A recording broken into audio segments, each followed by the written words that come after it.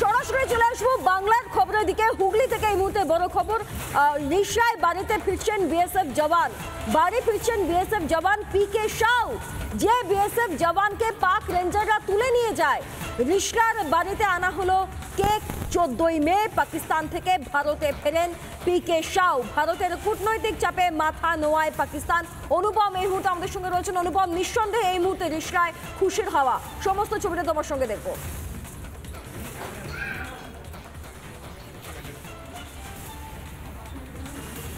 একদমই তাই। দেখো, কিছুক্ষণ আগেই এই বিএসএফ জওয়ানের তার বাবা এবং মায়ের সাথে আমি কথা বলছিলাম। তারা প্রত্যেকেই বলছিলেন যে অবশ্যই আজকে একটা খুশির দিন তাদের, কারণ দীর্ঘ কয়েকদিন ধরে যে চাপা টেনশন তাদের মধ্যে কাজ করছিল যতক্ষণ না তাকে ভারতে আনা হচ্ছিল, কিন্তু আনার পর কিছুটা খুশি ছিল। আজকে খুশিটা আরও বাড়ছে, কারণ বাড়িতে এসে পৌঁছচ্ছেন এই বিএসএফ জওয়ান। আমি তার বাড়িতে রয়েছি, রিষড়ার বাড়িতে। তুমি দেখতে পাচ্ছ যে বাড়িতে এই মুহূর্তে একটা খুশির হাওয়া। যদিও পাড়া প্রতিবেশীরা রয়েছেন, বাড়ির বাবা মা তারা ভেতরে রয়েছেন, তবে আজকে তার জন্য কিছু স্পেশাল খাবারের অ্যারেঞ্জমেন্ট থাকছে, যেহেতু বাড়িতে ফিরছে। ছেলে মিষ্টি খেতে ভালোবাসে, তার মা জানাচ্ছিলেন আমাদেরকে, এবং যারা প্রতিবেশীরা রয়েছেন তারাও বেশ কিছুটা খুশি।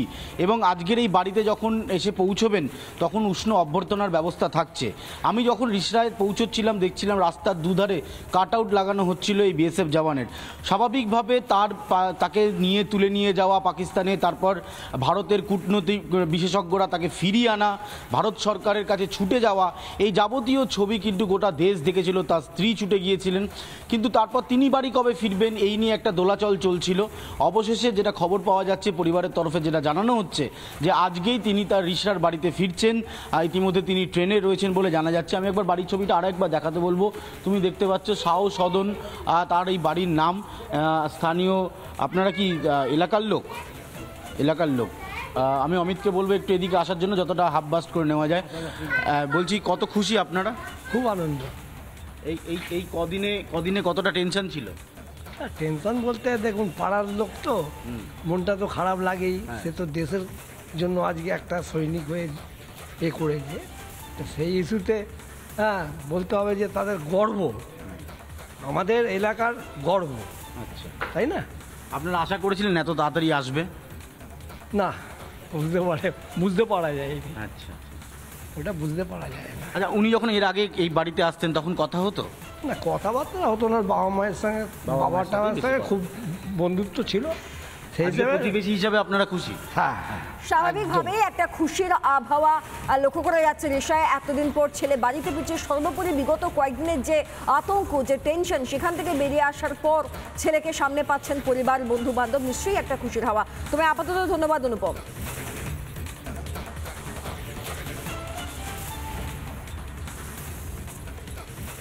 বাড়িতে ফিরছে, এখন কোনো ব্যবস্থা নেই। যা ব্যবস্থা হবে বিকালে। আপনারা কতটা খুশি? হ্যাঁ, খুশি তো আছি, আমাদের কোনো ব্যাপার না, খুশি আছি। আর কি বলবো, দয়া আছে মমতা দিদি, দয়া আছে মোদি, আমার ছেলেকে আবার বাড়ি ফিরে নিয়ে আসছে। हाँ, खुशी तो बोलेगा। हाँ, इतना दिन के बाद लड़का आगो तो खुशी के बात बा। हम लोग रो तो नहीं है, गाँव नहीं है, खाद पियत ना नहीं है जा। अभी आगो तो खुशी के बात बा। अब ये खुशी का बा। ছেলে কি খেতে ভালোবাসতো? আজকে রান্না হচ্ছে? हमारे छेले मीठा खाते हैं, अभी रसगुल्ला, दही, पूरी ये सब बनता। ছেলের সাথে ফোনে কথা হয়েছে? ना, अभी तो फोन ओकरा पास नहीं है। আজকে খুবই ভালো লাগছে। 1 মাস পর উনি বাড়ি, আজকে 23 তারিখ, আজকে উনি অ্যারেস্ট হয়েছিলেন। আজকে পুরো 1 মাস হতে চললো, তো নিশ্চয়ই খুব ভালো লাগছে উনি ঘর ফিরছেন। সত্যি মানে দেখতে গেছে আজকে আমাদের একটা দীপাবলি মনে করুন, মানে আমি আসছেন একজন, তো খুবই ভালো লাগছে স্যার। আজকে আমরা একটু ছোট সেলিব্রেশন করব, কেক কাটিং করব একটু, তো নো ডাউট খুবই ভালো লাগছে আমাদের। কখন আসবে কথা হয়েছে? না, ফোন তো উনি করতে পারে, যেহেতু ওনার কাছে ফোন নেই, কন্ট্যাক্টই হতে পারছে না, কোথাও অবধি পৌঁছেছেন বা কখন ঢুকবেন এটা তো জানাই যাচ্ছে না। ফোনই আসছে না ওনার কাছে, ফোন নেই ওনার কাছে। নানা ধরনের কন্টেন্ট দেখার জন্য লাইক করুন, শেয়ার করুন আমাদের ফেসবুক পেজ, সাবস্ক্রাইব করুন আমাদের ইউটিউব চ্যানেল। পাশাপাশি অন্যান্য ব্রেকিং নিউজের জন্য অবশ্যই চোখ রাখুন রিপাবলিক বাংলায়।